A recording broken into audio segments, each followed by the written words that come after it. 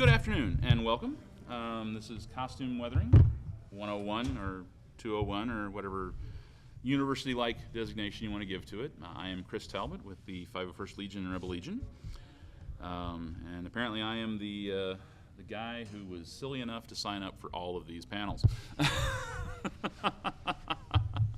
So what we'll talk about today will be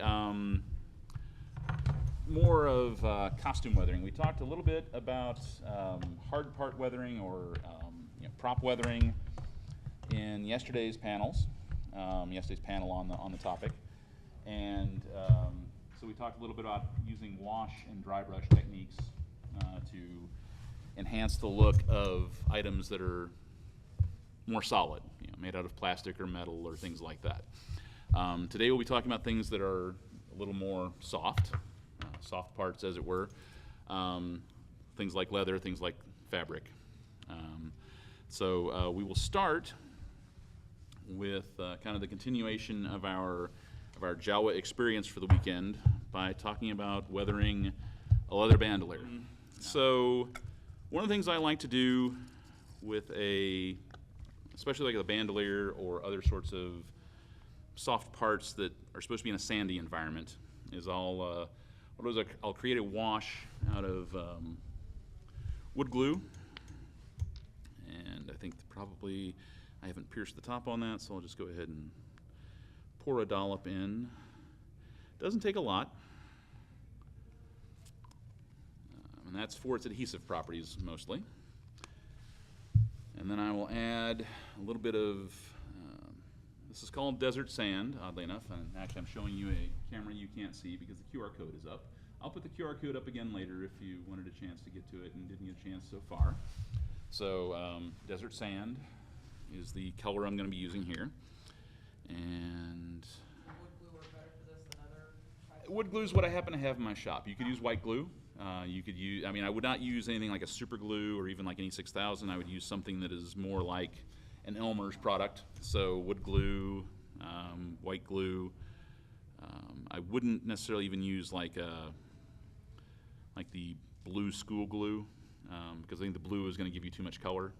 The nice thing about wood glue is it's already kind of a beige color, and white glue, of course, is white. So it's kind of got that right in the name. About how much water did you start with? I started with about I'll say maybe an ounce and a half, Okay. something like that. It's more.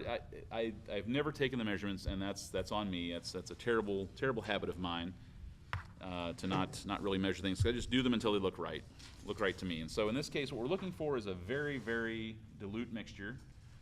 It should look an awful lot like water, maybe closer to skim milk, maybe somewhere in that consistency. Not as delicious as whole milk, but also maybe slightly better for you. But again, not even as thick as whole milk. So what you're basically after is something that's going to feed through an airbrush or a spray bottle fairly readily, because the trick on this is to get a nice light coat before you then throw your sand at things. So I'm going to go ahead and let this just kind of set for a minute. It's not really required, but I realized that I had skipped some of the preliminary steps on this. So with leather, and when you start with a Jawa or even a Tuscan Raider or anything that uses these sort of 1903 Belgian bandoliers, a lot of times, and this actually has been kind of pre-weathered to some degree, you'll end up with very shiny, very smooth leather, probably very dark brown, very new looking in that case. And so what I like to do is I'll take like an 80 grit sandpaper and I'll just kind of start scuffing the edges of things, especially where things might rub. And if you're part of my panel from yesterday, that was another theme. There's the key to me in weathering an item is figuring out where things are going to rub and knocking them down, or giving them a little extra attention as far as maybe making the surface look a little worse for wear. So the bottom of these particular ammo pouches, I think, would tend to rub against things because they're an exposed corner, they're an exposed surface. So I wouldn't expect any of these corners to really have any of, or much of any of their original finish left on a particularly well-used bandolier. And again, anything that looks like a corner here on these flaps, I would definitely hit a little bit with sanding to kind of, again, give you that it's been carried and scratched and scraped, and you know, not that Jawas don't take care of their stuff, but you know, they tend to hand these things down from generation to generation, become family heirlooms. And so Uncle Utini gave it to cousin Utini, who gave it to second cousin Utini, who then got it by marriage to Princess Utini, and whatnot and so forth. So, yeah, it's a thing. So, all right, so that kind of gives you the idea, you know, that even in addition to the scuffing that was already there, I've added some more, you know, kind of knock down some of that leather. And then what we'll do is we'll take our glue and this is going to cause me a bit of work later on, because I ordinarily don't use my good airbrush for this. I will use like a canned air version airbrush that you can get at a hobby store for, you know, 20, 30 bucks. And mostly because those are a little easier to deal with as far as the cleaning and whatnot.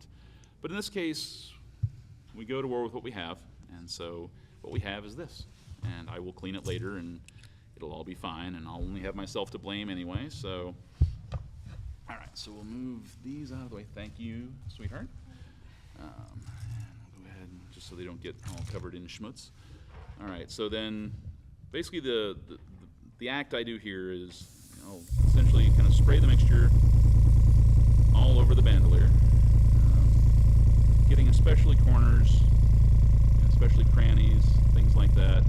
Little attention on the top. And then once I've got it nice and kind of coated, what I'll do is, yeah, I got it. Thank you. And then we'll take the sand, which again you can get at a craft store, a hobby store, what have you. And this just happens to be just kind of garden variety sand. You know, not particularly high quality, not particularly clean looking, but then just kind of dump it over. You know, especially again trying to hit those crannies you hit with the glue mixture, and along the top and the sides there. And you're going to have more sand than you're going to want initially.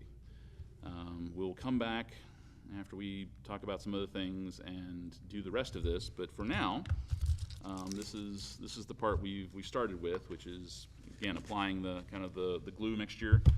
And the thing about both the glue and the paint is that the paint part will still stick even after I've removed some of the sand, and so it'll kind of knock down the shine of the leather. So, all right, so moving on, we'll talk a little bit more about using some dry brush techniques. You'll notice I'm fond of this hat, but it's also very much Rebel Pilot orange, traffic cone pilot if you want to think about it that way. And so I didn't want to mess up the one I just bought, so I bought another one I could show you guys with, because I will be honest with you, I didn't know I was doing this panel until I got here this weekend for the weekend. So I knew I had the bandolier with me, and I knew I had these gloves with me to talk about a little bit, but I didn't really have anything that kind of said the actual jumpsuit or the actual textile. So how I would approach, like, say, an X-Wing jumpsuit, I'd want to, like on the edges, again, where we're talking about things that kind of maybe hit things, I would want to scuff things up just a little bit, rough them up, make them look a little worn out. And again, for the orange pilot jumpsuit, the weathering isn't usually as noticeable. They look actually kind of incongruously new in the movies. It's almost like they got a new crate of jumpsuits and handed them out to the pilots right before the run at Yavin. But you can see as I'm kind of going along, the formerly crisp edge looking a little fuzzy, looking a little furry. Yes, sir. What, is there a particular grit of sandpaper? This particular sandpaper is 80 grit. I tend to use a coarse grit. You could use a finer grit if you wanted to get a little more, but this also produces nice scratches in hard surfaces that you can then fill with a dark wash. So, and that's, so it's kind of my go-to when I reach for something I'm going to try and weather something with.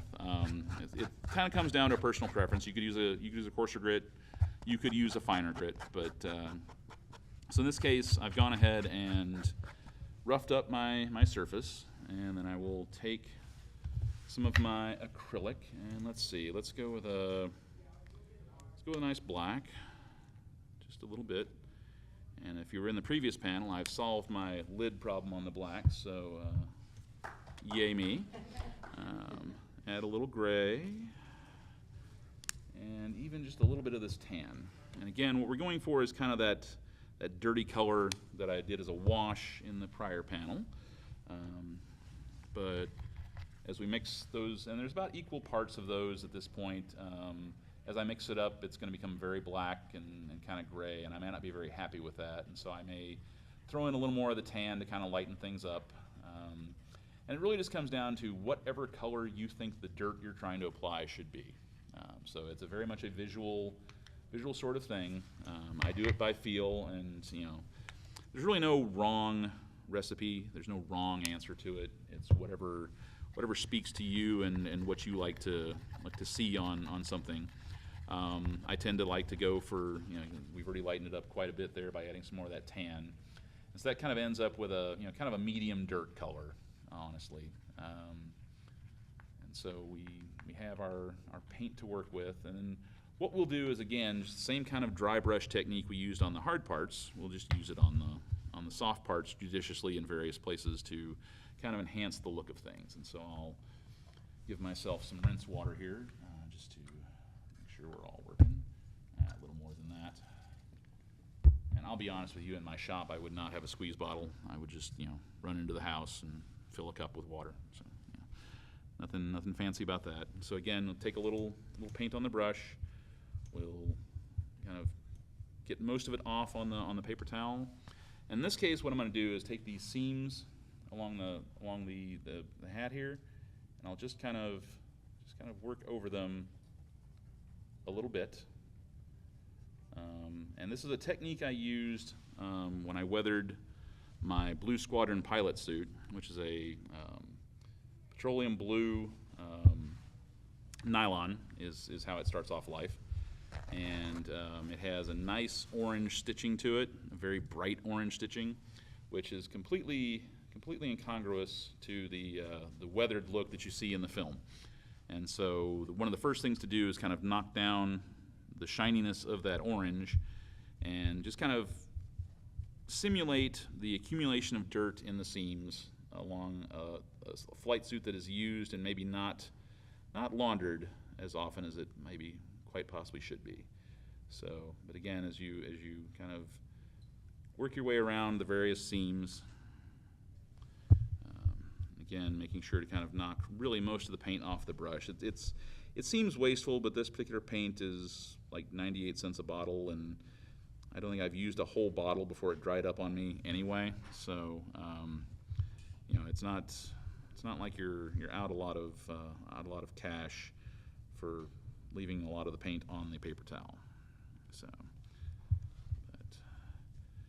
and after you get to a certain point in this process, you're going to have a puddle of the paint on your paper towel that you can just kind of go back into to refresh your brush as you go. And then you can also do the same thing along the edges where you've just frayed the, and again, this is that same kind of technique that we used with the hard parts on the corners. Just kind of feather it over little dirt along the edges.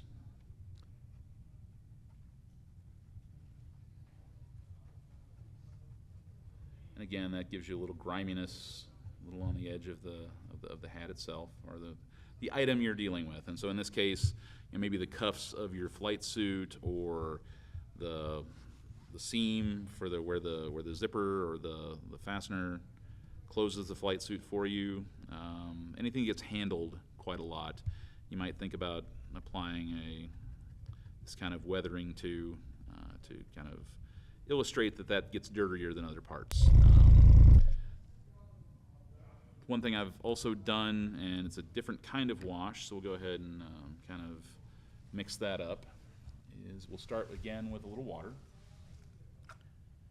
And because we're not going to use the wood glue, we'll go ahead and start with a different wash. Again, there's about maybe an ounce of water in there, something like that, maybe half an ounce. And just a little of the tan paint, not a lot, because what we're going to try and do here, assuming we can really get to it, I would recommend that if you're going to do this sort of thing, and it's not something you've done before, and not something you're super familiar with how it ends up looking, try and find a piece of scrap that matches what you're working with, and go from there. Try it out a little bit, see if you like the way it looks on the similar fabric before you try applying it to your workpiece. That'll just make you happier with life in general, and with the end product. So in this case, I'll take, again, this tan wash, and I'll actually apply it along this kind of the bottom edge here, and kind of almost in kind of a sweat stain pattern. And it's very subtle at this point, as I do a couple more coats as I go along, and I want to avoid the patch, because the fabric behind the patch is actually going to protect the patch a little bit. So I don't want to necessarily sweat through to the patch, but I do want to make things kind of heavy along the front brow, because I know the way I sweat is right through the front corner of that hat, for sure. And then as you go around, so that's going to be a technique you would use at things like armpits or down the center of the back, or any place where you're going to sweat and be a little stinky, and that sort of thing, to kind of just, without you having to actually sweat through your flight suit a couple dozen times, to give the look of a used suit, or a used item. And so in this case, I might have wanted to go a little more aggressive on the paint, because it's kind of soaking in now. But if I did a couple of applications of this, actually, you know what? Let's go a little heavier on the paint. Why not? We're all friends here. We're all right in front of the world. So there we go, and we'll stir that around. Little thicker wash. Again, we're definitely still below skim milk in terms of consistency here, because we want something that flows pretty well. And there we go. That's giving a little more pigment to the thing. And again, you're gonna try and go with maybe more of a kind of an arc along things, and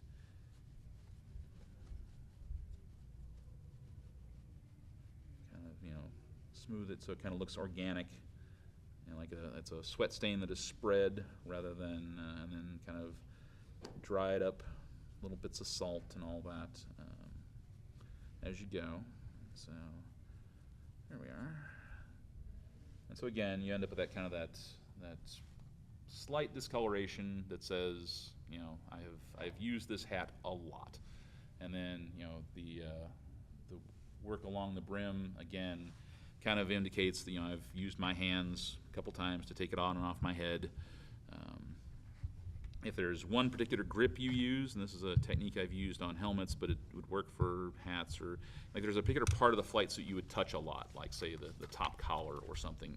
You could again take this dirty wash, or this dirty mixture here, and kind of create kind of a fingerprint effect. So if I kind of put my hand here like I'm grabbing my hat, I might say, well, I want a fingerprint kind of here, and just kind of darken that up, and maybe right here for the longer finger, and then maybe right here. And then as I go through and successively apply that weathering, or that detail to it, I end up with something that again looks like I do the same motion to this day in, day out. I'm taking this hat on and off my head, I'm taking it off, I'm adjusting my hair, I'm putting it back. And so if you paid attention, for example, to how you did those things, then you can kind of add those little fingerprints that as you go along in the day, your hands aren't quite clean, so you've taken your hat off and on and off your head. So So there's that, and very similar to that, for example, the Blue Squadron, we'll get that in a minute. Blue Squadron glove. This is not a Blue Squadron glove. This is not the basis for a Blue Squadron glove. This will never be a Blue Squadron glove, except that it is a canvas glove that is mostly white. And so the way the Blue Squadron gloves tend to start life is white, and then they become gray because they've been used so many times. And we won't do the wash to make these gray because it would never dry in time to do another technique. But I did want to kind of illustrate weathering gloves that should look like they're used. And again, we're going back to our old standby, this kind of dirty gray-brown, mostly gray kind of thing. Again, we're going to use the dry brush technique, and we're just going to kind of get to areas where we believe we would be holding things or grabbing things or getting dirty things off. So kind of here along the center of the palm, you would tend to see fairly heavy amount of grease and dirt and things like that accumulating. And so you would, and you can be a little less fastidious about removing all the paint from or most of the paint from your brush before you start, because you're wanting to deposit a fair bit of the paint onto the fabric.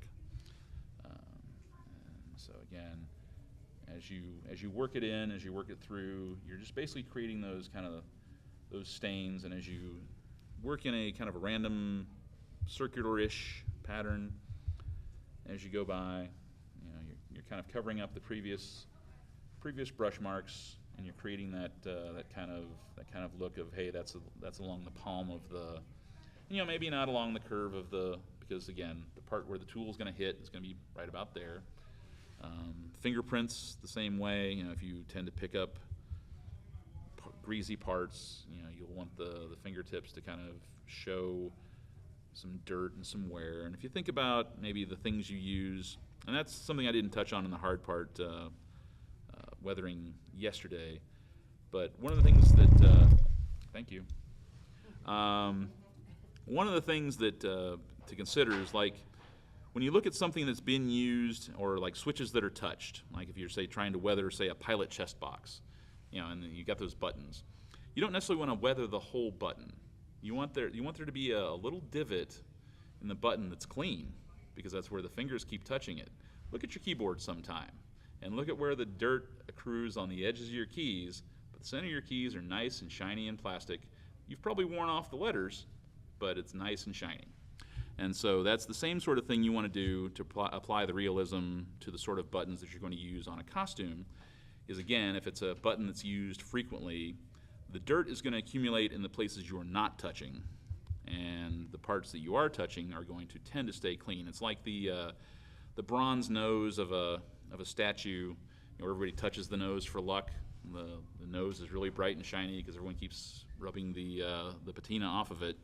And then the entire rest of the statue has that nice, kind of brass or bronze patina to it. And so yeah, so as you kind of, again, work the process, and it does take a few applications. We're not going to, belabor the point too much because we are probably running close on time. No, it's only 3:30. Good, we've got some time. So I'll just sit here and bore you with more of this schmutz wash here, because I'm having fun. I don't know about you guys. Are there any questions while I'm just kind of wasting your time painting a glove up here? Sir. How should you do seams? Should you do more dirty at the seam and then fade? So on a seam, and I'll kind of use the seams on this glove as something of an example. When I did the seams on the flight suits I've weathered, what I'll do is I'll take, again, the dry brush, and I'll kind of work along the seam. And so what it'll end up with is a darker line kind of right at the seam. I don't know if you can see that very effectively. If not, I'll try to darken it up just a little bit. But you end up with, kind of, as it comes away from the seam, it gets a little, and that's just more to kind of simulate the idea that even if you did launder the item, there's just going to be those areas where the detergent, the water doesn't get to, or the cleaning doesn't get to. And so, let's see if you can see that very effectively. If not, maybe in the clear here, it kind of deepens the deepens the character of the seam. So I would go, kind of heavier right at the seam, right where the seam line is, and then as it comes out, kind of fade it out back into the kind of the natural of the fabric. But that's how that goes. And so another couple of strokes here, and then we'll go check in on our bandolier. But again, as I said, as you kind of apply this, and this can take a little while to get where you're really kind of happy with it. And as we talked about earlier in the Jawa session, there's certain adages like when you're talking about sewing, you can always cut more off. It's not as easy to put stuff back on. In the case of weathering and paint, you can put more on, but it's harder to take it off, especially when you've applied it to cloth. On a hard piece, if you're using acrylic paints and you catch your mistake, happy accident, whatever you want to call it, Bob Ross, in time, you can take a wet cloth and kind of erase that and start over again once you've dried it back up. In the case of fabric, what you're applying is pretty much there. It's going to be, and if you're using fabric paint, even more so. Regular acrylic paint will come out eventually with enough washing, but I have a couple of racers that I've used at armor parties that still have paint on them from similar sorts of things doing. So always err on the side of doing it lighter and just applying more later if you're unhappy with how deep it is. And in fact, I had that problem in the process of having my Blue Squadron pilot gloves approved. I got to where I thought was a nice level of dirt, and I submitted them, and they said, "Oh no, those aren't nearly dirty enough. I mean, it should be almost black with dirt in places." And so it's like, okay, off we go. And so I'm back at it. And so now I end up with I look at the gloves now and say, oh yeah, those look about right. So the feedback from the judges and from the people who are kind of knowledgeable about that sort of thing really does help improve the costume, at least in my experience. And so, but again, it's always better to not do irreversible things if you can avoid it. So, all right, so that's kind of the start of this particular glove. If I were going to use this glove in any sort of costume application, I'm trying to get it to where that shine isn't quite as bad. I would work that a lot more. I'd probably spend easily half an hour or 45 minutes just on that part of it, trying to get that where I was happy with it, and I wouldn't be trying to hold a conversation at the same time. That'd just be what I was doing, And so, but in the case of our tutorial format here, hopefully I gave you enough of an idea of how you'd approach it that you can kind of go mess with it yourself. And again, paint's relatively cheap, and I think I bought a dozen of these for $5, maybe something like that. So if you have something that is a similar fabric to what you want to weather, and you want to try the techniques out on something that isn't very expensive, then you don't run the risk of ruining your workpiece and then having to buy another set of expensive gloves from whoever your vendor is, who's got the nice leather cuff and hits you right there and all that sort of thing. So again, as much as possible, especially until you get familiar with how things work and how they're going to work for you, go with conservative techniques and testing things out on things you don't care about as much. So, all right. So I think we've given the bandolier enough time to kind of do its thing. Oh, there's water, and now there's water on the floor. Luckily, it's just water, so this is not nearly as bad as the paint spill we had earlier in the weekend. So this is really becoming a theme for me, however, and I'm not really all that excited about it. So, all right, so we'll start again with a fresh paper towel. And what we're really going to do with this bandolier is sorry, question. So with a darker thing, what I would do is use a lighter wash or a lighter paint. So again, because dark dirt isn't going to show up as well on a dark surface. So the things you're going to see are going to be the lighter dirt, especially these sandy sorts of things. So I would go with something in a slightly lighter gray, perhaps, if I'm wanting to show that. But it's also going to be more a subtle effect because again, just the nature of dirt is that darker clothes don't tend to show it unless you got just big clumps of it. You know, it's a little easier to kind of disguise, and so it's going to be a more subtle effect. So if you raise the level of gray or add a little white or add a little tan to it to kind of bring it up a shade or two, and then go from there. Again, yeah, and you could start with, you know, something darker, and if you're not happy with it, lighten it up as you go until you do get happy with it. So that's where I would go with it. Any other questions? Sir, sorry, I didn't mean to ignore you before. I just got involved in the other question.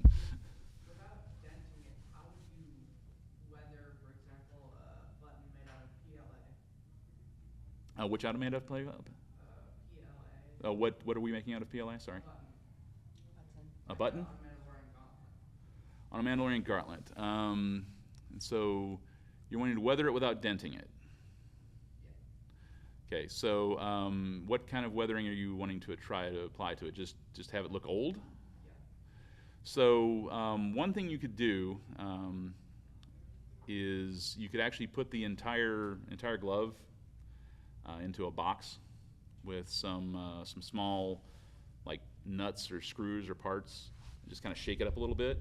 And what that'll do is it won't really dent it very badly, but it will create little imperfections in it. And then you could take some of the techniques we did yesterday with the dry brushing and things like that to kind of bring up those little divots, those little indentations. Use a wash to kind of sit in the crannies and kind of make it look like little scratches on the item. You could also create little scratches using a craft knife if you were very careful and very light with it, or you could use again a fairly coarse grit sandpaper just lightly over the item. And now, the thing with PLA is you've already done a lot of work to make it very, very smooth and get rid of all of the striations from the print lines. So it seems like a shame to go in and add a bunch of extra imperfections. But you know, I understand, you know, that's you know, going to give you the more. So to some degree, sometimes there's that I don't really want to mess up this piece, but what you really got to do is, you know, kind of it's going to look better weathered. It's going to be a better product if I give it a little character, if I give it a little honestly beneficial neglect, as it were. So that's where I would kind of start with that.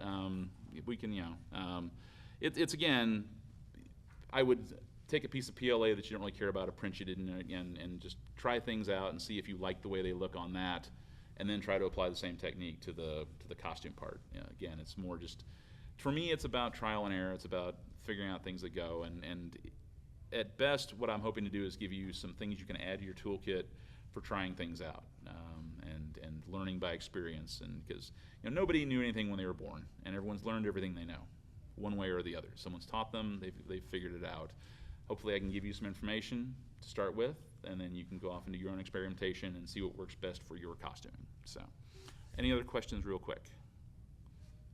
Did we have one over here? Okay, so as far as the bandolier goes, we've covered it in sand, and we'll shake it off, and you see there's still quite a bit adhering to it. So this particular Jawa has been caught in a sandstorm, apparently after eating honey.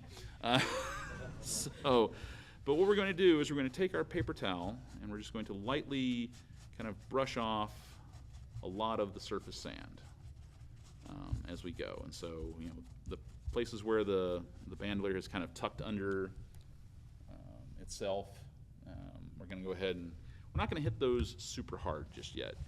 We're just going to kind of brush those things as we go, and with a surface kind of thing.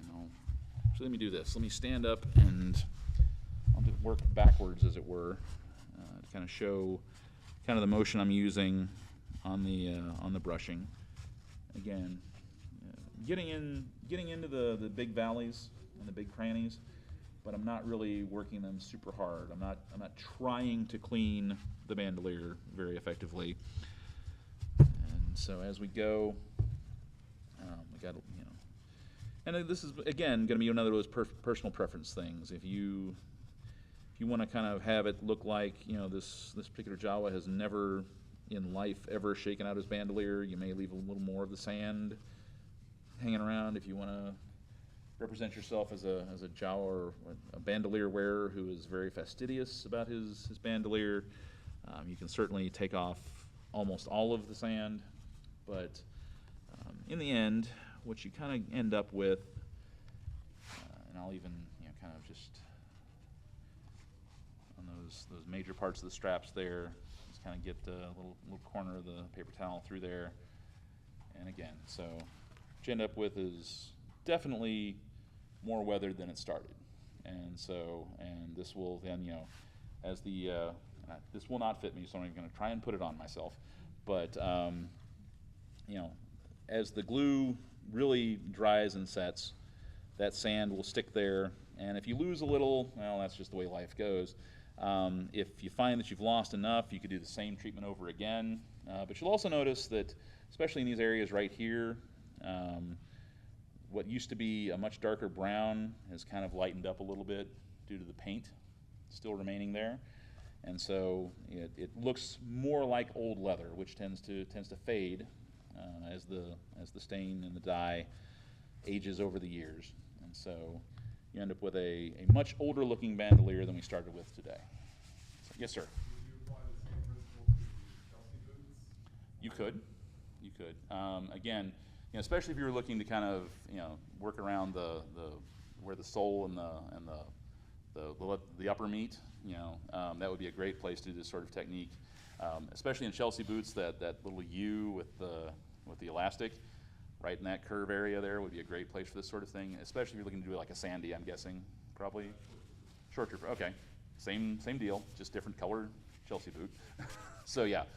But yeah, that would be the same sort of thing you could do there. And again, especially a short trooper who's working on the beach. Tough duty, isn't it? So yeah, so you certainly use that sort of technique. And if you had, you wouldn't even have to use sand. Although sand is the one I use most because I tend to do characters from Tatooine a lot. But yeah, so that would certainly be a technique that would be applicable there. If you had any other sort of granular sort of thing you wanted to do that with, you could do it with finer dirt if you wanted to. You could try and, I would think you could try and maybe dye talcum powder and do the same sort of thing. I have not tried that, so I'm not saying that it works, but maybe if one of you figures it out, you could tell me if it does.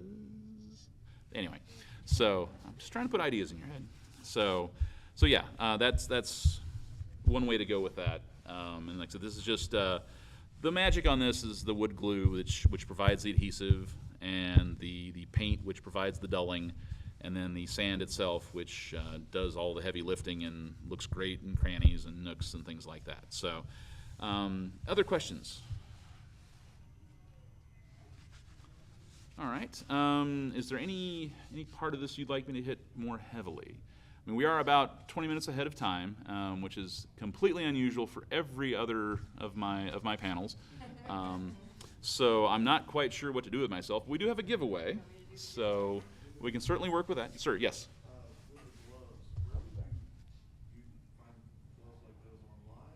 So these particular gloves are a gauntlet-style gardening glove, I believe. I found these on Amazon. Like I said, I got a pack of a dozen of them for like $5 or something like that. It was not expensive at all, and I will make it a point to put that item in the particular in the QR code. Just kind of say, yep, this is the glove I use to try and weather, and I'll actually put a link to the bandolier, which you can find on Amazon as well.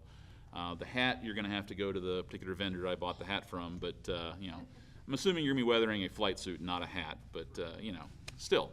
So yeah, so I can tell you where to find the hat right today, and I'd be happy to sell you one, I'm sure. Right. Well, in this case, like I said before, I didn't find out until Thursday night that I was for sure doing this panel, and so otherwise I would have brought a pair of coveralls or something that looks more like a flight suit or something more like you would work with, simply to have something a little more like the item. And so, oh, well, there you go. See, if only I had known you, 15 minutes before this panel.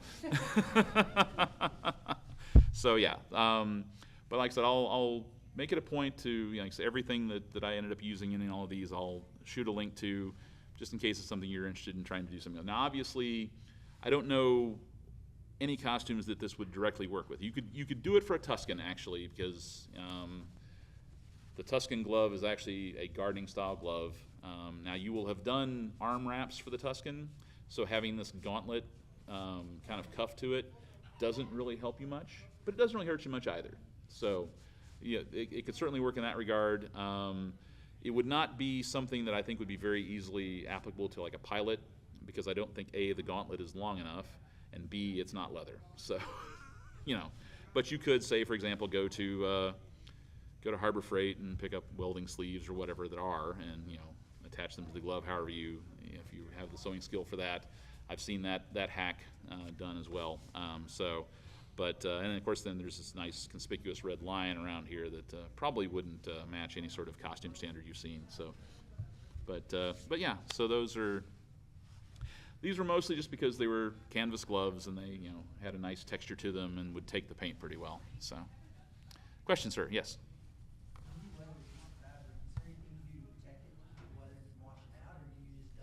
So a little from column B. I don't tend to wash them as much, but also we've used acrylic paints here because that's what I happen to have a bunch of. For specifically costume fabric weathering, I would use actually fabric paint, which is designed to stick to fabric and not wash out as easily. And so I would do the same sort of colors. So I'd use my blacks, my tans, my whites, and create the level of color I want.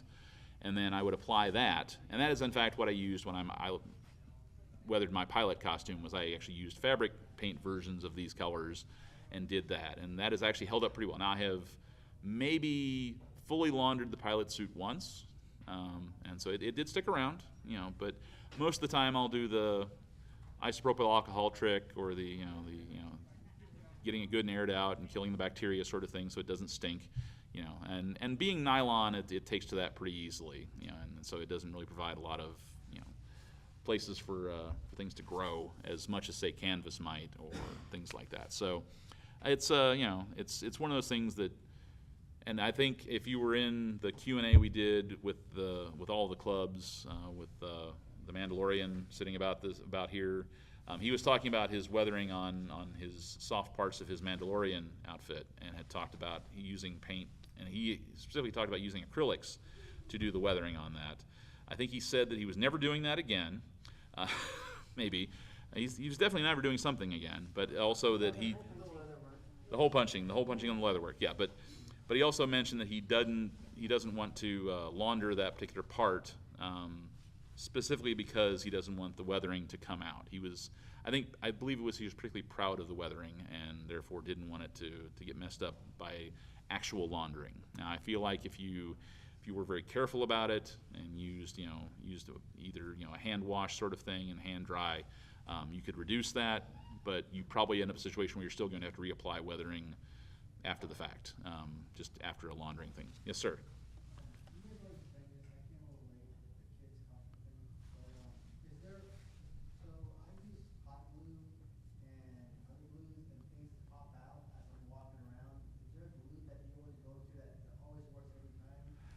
So the glue I tend to use, so I don't. The thing is, I don't have a lot of armor-heavy costumes at the moment, so I haven't done like a stormtrooper or a biker scout or a TIE pilot. The most armor-heavy I have is my X-Wing pilot helmet, and for that, because I know that the manufacturer recommends ABS glue, that's what I used. And so it's a Darth Hare helmet kit, and so I end up using ABS glue, which does actually melt the outer layer of the plastic, and so it fuses together, and it forms a very strong bond. It is very difficult to remove that without breaking the piece after that point because of that bond, but it also is a fairly durable thing. I would not. I've been told that I shouldn't consider that for a stormtrooper, simply because it does make it harder to reposition things if you need to later on down the road. I have been recommended, and I will take their word as good, that E6000 is a good solution for that. It will hold very well. And if you need to remove it for some reason, you can put the part in the freezer, and apparently it will pop right apart after you take it out of the freezer, having done that. So It may still take some work, but it is. may still take some work, but it definitely is a lot easier to take apart than if you don't freeze it first. So, like I said, I'm willing to take that as gospel, because people I trust very implicitly have told me that's the way the world should work. So.